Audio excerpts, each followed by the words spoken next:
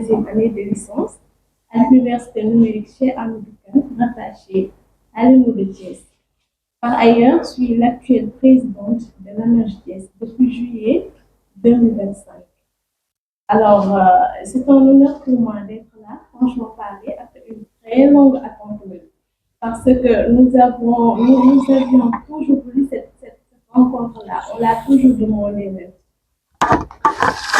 Et même bon, ceux qui sont là, comme à vous voir, à s'asseoir avec vous, à discuter avec vous, parce que, comme je l'ai dit à l'entente de mes propos, l'intelligence commence par le dialogue. Moi, ce que j'aime, ce que je veux, c'est dialoguer, discuter entre nous, parce que nous sommes des Diobasois.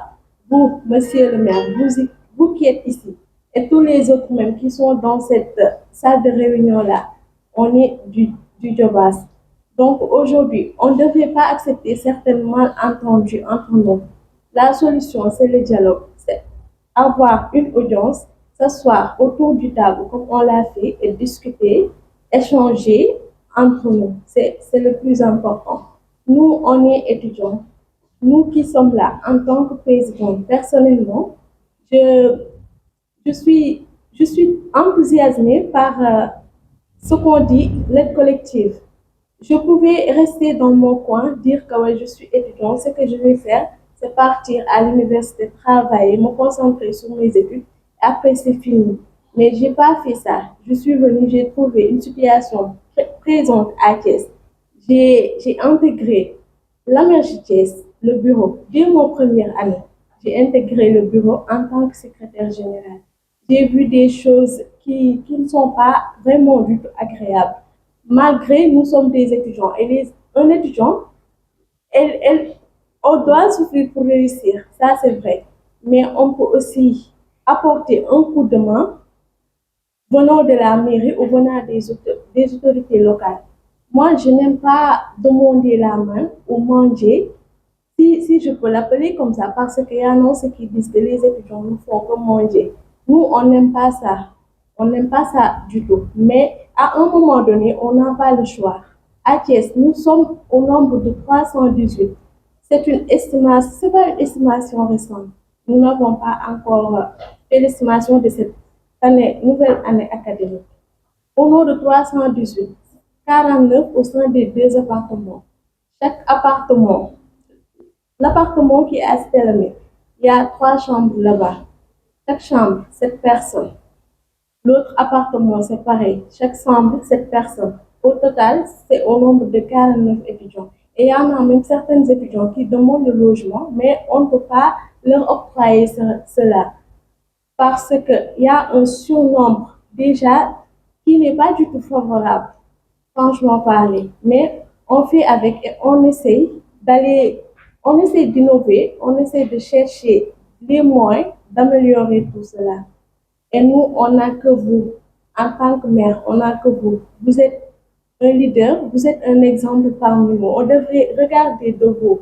Si aujourd'hui vous nous réunissez ici pour nous donner la subvention, ça, c'est pas quelque chose qu'on peut prendre à la légère. Non, non. On regarde cet acte. On en prend quelque chose. On en apprend quelque chose. C'est le plus important. En tout cas, cette rencontre, on l'a toujours voulu. Moi, perso, je l'ai toujours souhaité.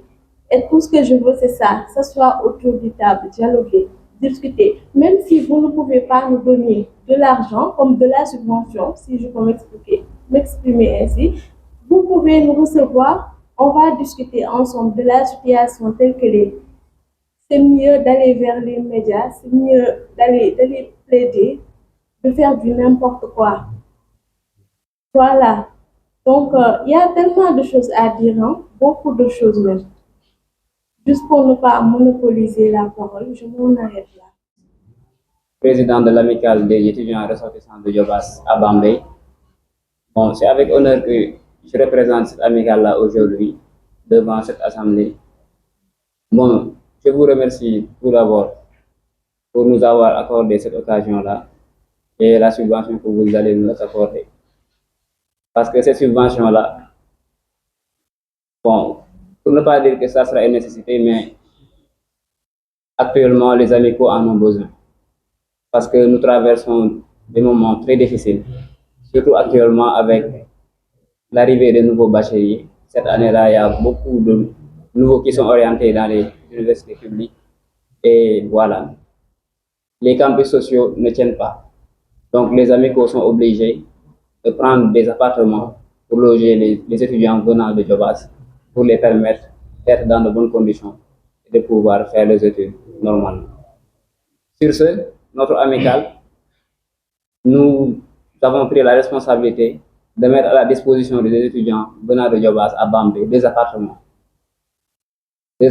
que nous payons à travers les fonds que nous collectons chez les étudiants chaque mois. Nous n'avons pas de budget. La subvention aussi, ça fait des années que l'amicale ne l'a pas reçue. Voilà. Nous comptons donc sur nos propres moyens pour faire fonctionner l'amicale. Comme vous l'avez aussi si bien dit, la vocation première de l'amicale n'est pas politique, n'est pas aussi partisane, mais elle est purement académique et sociale. Ce qui fait que nous sommes fiers aussi de représenter aussi ici nos amicaux. Voilà. Cette subvention que vous nous remettez aujourd'hui sera utilisée à des fins stratégiques pour pouvoir subvenir aux besoins des étudiants qui sont à Bambey, pour les mettre dans un cadre de vie confortable et épanouissant aux études.